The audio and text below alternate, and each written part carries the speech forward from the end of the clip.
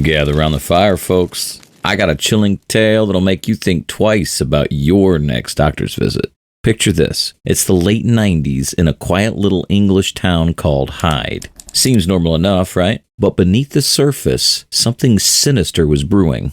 Let's meet the town's respected doctor named Harold Shipman, or Dr. Death, as he'd later be known. Now, Shipman wasn't your average small-town doc. Oh no, this guy had a dark secret. He'd been quietly killing his patients for years, and nobody had a clue. Can you imagine your friendly neighborhood GP, the one you trust with your life, actually taking lives instead? It all started to unravel when an 81-year-old woman named Kathleen Grundy died suddenly. Nothing too suspicious about that, you might think. Old people die all the time, right? But here's where it gets weird. Kathleen's daughter, Angela, got a call from a local law firm. They'd received a will from her mom, leaving everything. We're talking $300,000 to none other than Dr. Shipman.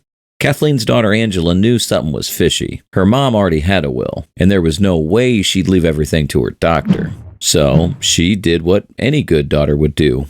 She turned detective. She tracked down the people who supposedly witnessed the will. One of them, Paul Spencer, spilled the beans. He'd signed something in Shipman's office, but he thought it was just a medical form. Sneaky Doc had folded the paper so Paul couldn't see what it really was. Now, here's where it gets real creepy. While Angela was playing Sherlock, the local undertaker, Debbie Bambroff, had been noticing some weird patterns.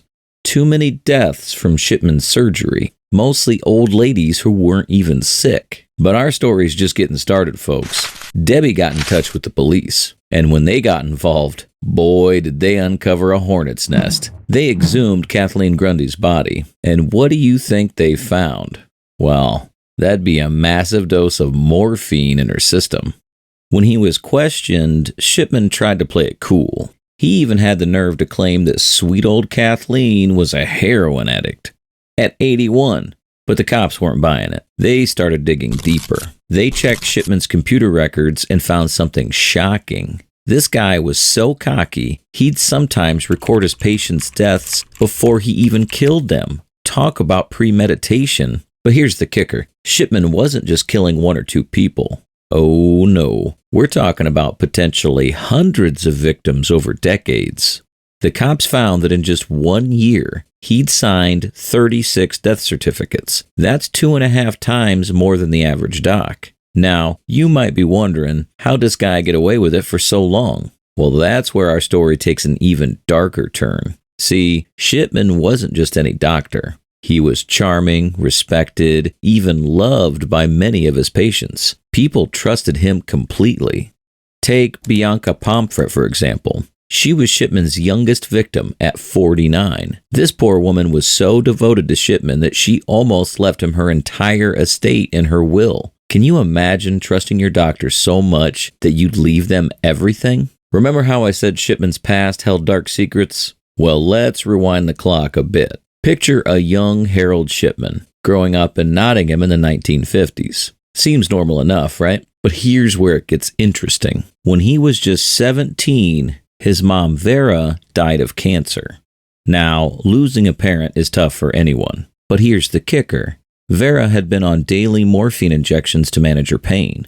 Some folks reckon this was Shipman's first taste of how powerful drugs could be and how they could ease suffering or end it entirely. After his mom's death, Shipman decided to become a doctor. He breezed through medical school, got married, had kids, the whole 9 yards. But beneath that perfect surface, trouble was brewing. In the mid-70s, Shipman was working as a GP in a small town called Todmorden. Everything seemed great until he started having these mysterious blackouts. Now get this, he told his colleagues he had epilepsy, but that was a big fat lie. The truth? Our doc was a drug addict hooked on pethidine, a painkiller used in childbirth. He got caught, of course, ended up in court, admitted to forging prescriptions. But here's the crazy part. He didn't lose his medical license. Nope, they just sent him to rehab and gave him a second chance. Talk about a slap on the wrist, right? Fast forward a few years and Shipman's working in Hyde, seeming like the perfect family doctor. But behind closed doors, he was feeding a different kind of addiction. murder. You're probably wondering how he got his hands on all that morphine to kill his patients. Well, this is where it gets really twisted. Well, the more terminally ill patients a doctor has, the more morphine they can keep in stock without raising suspicions. Shipman was using his elderly patients as a cover to get his hands on his murder weapon. Now, you might be wondering how Shipman picked his victims. Well, it seemed he had a type, mostly elderly women who lived alone. He'd visit them at home, give them a lethal injection of morphine, and then calmly write it off as natural causes on the death certificate. But Shipman didn't just kill his patients. He stole from them, too. When the cops searched his house, they found a big bag stuffed with jewelry he'd nicked from his victims. This guy's killing people and then robbing them blind. As the investigation unfolded, the numbers just kept climbing. At first, they thought it was maybe a dozen victims. Then it was 50. Then 100. In the end, they reckoned Shipman might have killed as many as 250 people over 23 years. But you know what the scariest part is? Shipman never confessed. Even after he was caught, even after he was sentenced to life in prison, he never admitted to what he'd done.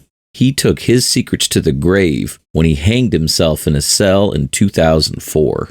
The case of Dr. Death changed the way we look at medical professionals forever. It shattered the trust between doctors and patients and left a whole community wondering how they could have been so blind for so long.